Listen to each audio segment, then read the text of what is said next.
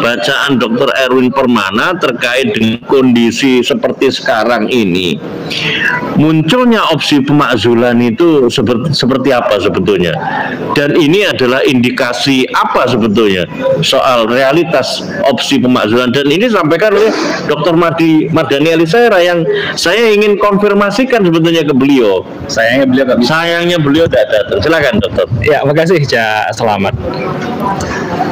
Pertama, berkaitan dengan tadi cawe-cawe yang selama ini orang masih berhipotesis apa sih sebetulnya rupa asli dari cawe-cawe itu, hari ini terjawab dalam beberapa waktu belakangan ini.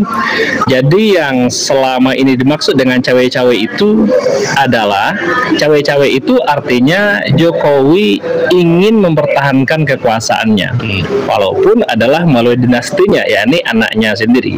Akhirnya orang yang selama ini berhipotesis, hari ini hipotesis itu terbukti gitu.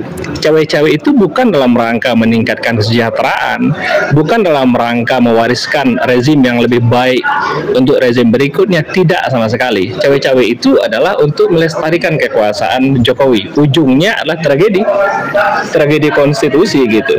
Jadi tragedi konstitusi ini melengkapi tragedi-tragedi sebelumnya.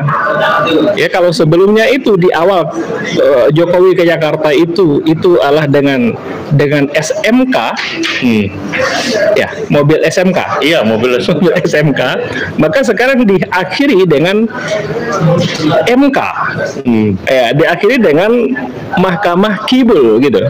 Jadi pas juga nih singkatannya MK ini adalah Mahkamah Kibul. Sepanjang mulai dari SMK sampai ke MK, coba kita lihat apa prestasi Jokowi. Hutang numpuk, yang katanya nggak ngutang, yang katanya nggak impor numpuk, yang katanya rupiah akan meroket, nyungsep, sekarang 16.000 nih rupiah kita. Based on data kita bicara, yang katanya ekonomi kita meroket, nggak pernah ekonomi kita lebih dari 6%, hanya kisarnya 5,2, 5,3%, nggak pernah lebih dari itu, gitu. Dan segala macam apa yang dinyatakan itu nggak pernah terbukti. Jadi pada akhirnya ketika beliau mengatakan apapun Jokowi ini, maka kita harus berprasangka dengan prasangka sebaliknya. Sehingga apa yang disampaikan oleh BEM UI, the king of lip service, ataupun oleh penulis Australia dengan the man of contradiction, ya memang begitulah adanya gitu. Nah, kalau misalnya pada hari ini kemudian muncul opsi dari teman-teman dari DPR, maka ini tentunya merupakan suatu opsi yang patut diapresiasi gitu. Yang selama ini kita melihat bahwa DPR itu dikendalikan, cenderung berada di bawah ketiak Jokowi. Ayo kita lihat misalnya undang-undang Minerba, kemudian undang-undang berkaitan dengan Omnibus Law, itu kan lolos-lolos saja dari DPR itu. Seperti DPR yang selama ini menjadi kamar kecilnya Jokowi untuk buang hajatnya dia, ya, buang hajat ingin melegislasi undang-undang. DPR maka bekerja sesuai dengan keinginan Jokowi. Sekarang MK juga menjadi kamar kecil Jokowi, ingin mengkonstitusionalisasikan keinginannya dia gitu. Nah, begitu yang terjadi dengan MK, begitu juga yang terjadi dengan DPR. Nah, sekarang ada reaksi dari DPR. Satu, ini tentu saja mengkonfirmasi bahwa politik itu memang pragmatis. Ada semacam kepentingan pragmatisme di mana orang-orang di sekitar Jokowi ini merasa ini sudah saatnya meninggalkan kapal ini. Kapal ini sebentar lagi bakal tenggelam. Kalau kita masih bertahan di kapal ini, kita bareng-bareng akan tenggelam. Karena itu ayo segera kita ngacir ke sana kemari gitu. Yang ada DPR mereka bersuara. Yang ada sekarang Jokowi sekarang ini mereka ke Gibran, ke siapa, terutama ke Ganjar gitu, ke sana kemari ngacir gitu ya. Yang pokoknya yang selama ini menanamkan politik secara pragmatis itu mereka buyar sudah. Tinggallah saat ini adalah Jokowi sendiri. Dalam kesendiriannya ini, orang kalau sudah sendiri nggak bisa berpikir secara utuh, tidak memiliki backup pemikiran, tidak memiliki backup energi yang cukup, tidak memiliki backup instrumen yang memadai untuk mengendalikan semuanya. Pada akhirnya jurus yang akan dipakai itu adalah jurus mabok ke depan. Ya, jadi ke depan sekarang jurus mabok ini. Jurus mabok itu mudah dikendalikan. Kalau DPR pada akhirnya nama juga orang mabok, ya kan? Akan semakin mudah DPR mengendalikan gitu. Oleh karena itu, satu, memang ini patut diberikan apresiasi.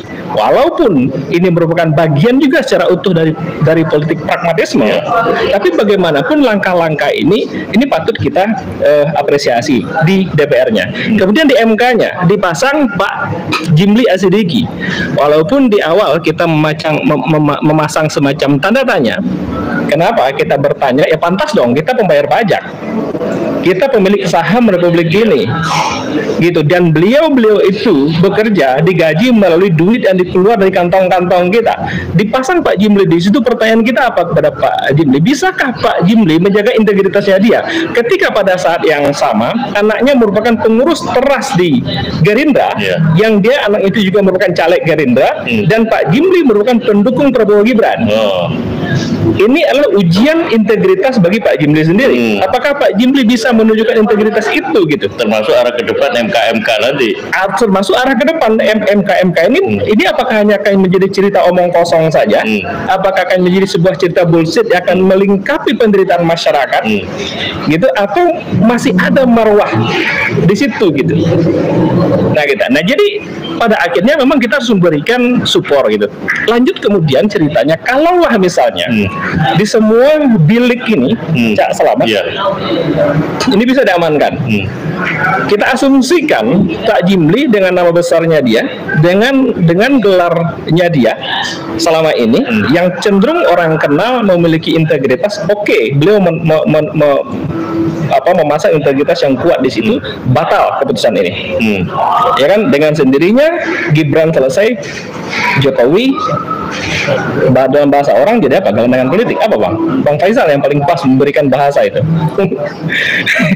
biar beliau nanti lah ya. Biar beliau ya komentar ya. Maka pastinya Prabowo akan mencari pemilih yang lain, akan mencari pasangan yang lain. Masih ada waktu kan sampai tanggal 8 November apa 9 November gitu. 19 untuk kemudian mencari ganti pasangan lah. Masih ada waktu 1 hari gitu. Tentunya dari sekarang ini lagi kasak kusuk ini. Siapa yang akan dipasang? Ya kan, sebagai alternatif calon pasangan dari Prabowo itu sendiri gitu. Oke, kita asumsikan MK aman. Kita asumsikan berikutnya DPR ini kencang ini anginnya. Ya kan, mengingat berdasarkan hitung-hitungan dari marketing politik EF Saifullah Fatah itu, yang Polmar ya, itu menghitung udah mencapai sekitar 54% total suara yang saat ini sudah mulai beroposisi terhadap Jokowi. Untuk mencapai pemakzulan itu dikit lagi, 60 kan 2/3%, artinya sekitar 66% kan, 66,5%an gitu. Untuk mencapai suara itu dikit tipis ini. Ya, ini betul-betul kondisi yang sangat kritis. Andai kemudian tambah sedikit lagi saja beberapa anggota dewan kemudian masuk ke kelompok oposisi, ini selesai urusan. Kita asumsikan ini berjalan. Ini kan yang diharapkan oleh masyarakat Indonesia, ini diharapkan oleh netizen.